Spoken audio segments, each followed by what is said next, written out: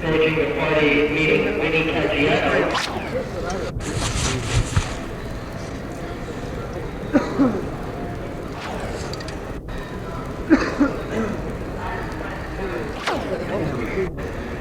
All passengers will be free coming on Airline 7. Get declared by immigration and customs for luggage.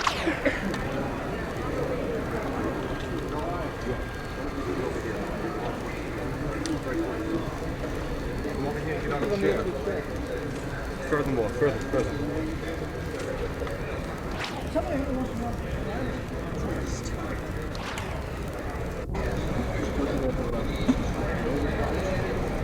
Yes. And they've all declined. Okay. I don't know if you caught, Gary, the part about I hope to bring the physician back, the examining physician, and have him speak with you about their conditions after he finishes this book. You'll be able to confirm that list again at that time? I'm going to, yes, I'm also going to try to confirm the list and the exact identities of the individuals. You're going to try to bring the doctor back. Anything else? We're set for right now, and I also, for cameras, I'll let you know. I'll give you advance notice when they're going to come out to get whatever pictures you can. Okay? Yeah.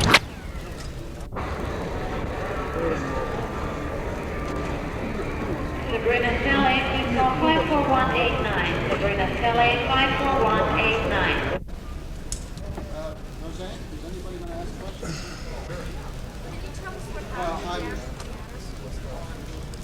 Actually, Brockob, who is the captain who commanded Flight 228, and he's available to your for your interviews. Captain Brockob. Yeah. What happened in India? Well, we were to take 30 people, 30 passengers from the People's Temple back to the United States. We were informed, I was informed, that there would be 2 FBI agents on board to accompany the flight from Georgetown to New York. We arrived at the airport an hour prior to departure. I checked on the whereabouts of the 2 federal agents, and they were not at the airport. I then phoned the United States Consul in Georgetown. He had no knowledge of any federal agents. He had no agents available to accompany the flight. I then called New York, our operations personnel here, and they said apparently there was a mix-up. They were under the impression there would be 2 federal agents also in Georgetown to accompany the flight.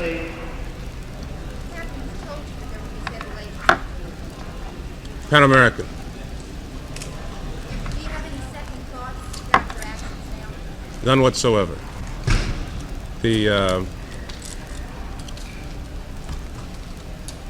It's been rumored that I saw the entire group of 30.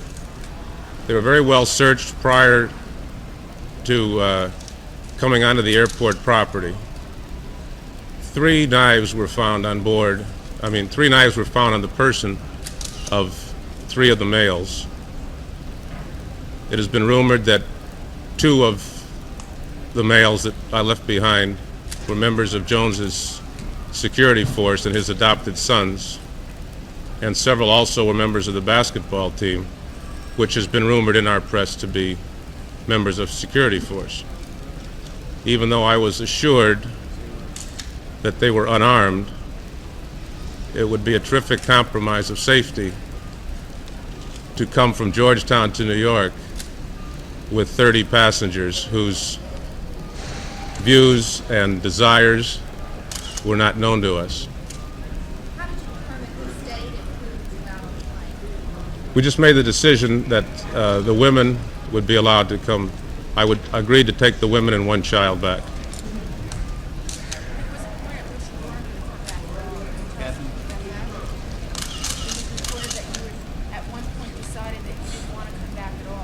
No, that's not true. How many did you leave behind? At the end, it appears that 3 of the survivors wanted to remain in Georgetown of their own volition. That left a total of 17, I believe, 17 males who stayed behind. Did they get upset when you told them your intentions about not letting them fly? I didn't tell them. Pan American ground personnel told them. Were they on board the plane? No, they never were on board the aircraft itself. The Guyanese authorities. I witnessed several of the searches, and the Guyanese authorities did a very thorough job. I was assured that nothing was in their hand luggage. They searched them personally. They searched their checked luggage, and they did come up with 3 knives, however. These like pocket knives, or were they a long knife with them? I didn't see them. They weren't pocket knives. No. You know who had them? Just 3 males. You don't know their names. No, sir. Captain, did any other passenger tell you that they... Whatsoever with them. Was there any effort by the Guyanese government to get you to take these people? Did you meet any resistance from you? No. I just, there was no problem in that way. I just said I would not take the 17 or 20 males. This morning, The Guyanese authorities did a wonderful job in searching these passengers individually, including their person. They had a woman agent there, and I think they did a wonderful job. unarmed. We'd have very little control over them, and there would not be much that 3 members of the cockpit could do in a situation like that. Did any of the women express happiness that the men weren't on board? No, I did not go into that with the women at all. Is this unprecedented? And the fact that Jones's 2 adopted sons were both there and were scheduled to be passengers on board.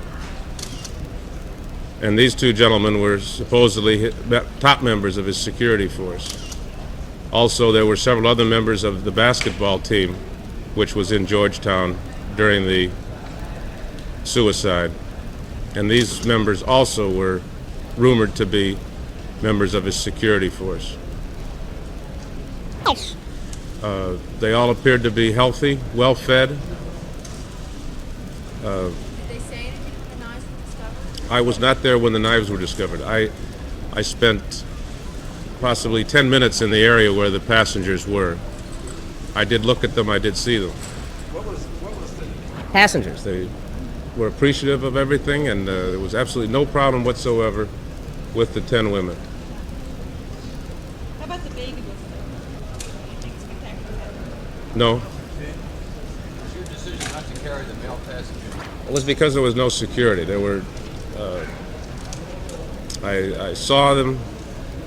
The decision was made prior to even knowing that the knives were uncovered, that it would not be a wise move. It would be a compromise of safety to take 17 or 20 members of the People's Temple on board without United States agents with us.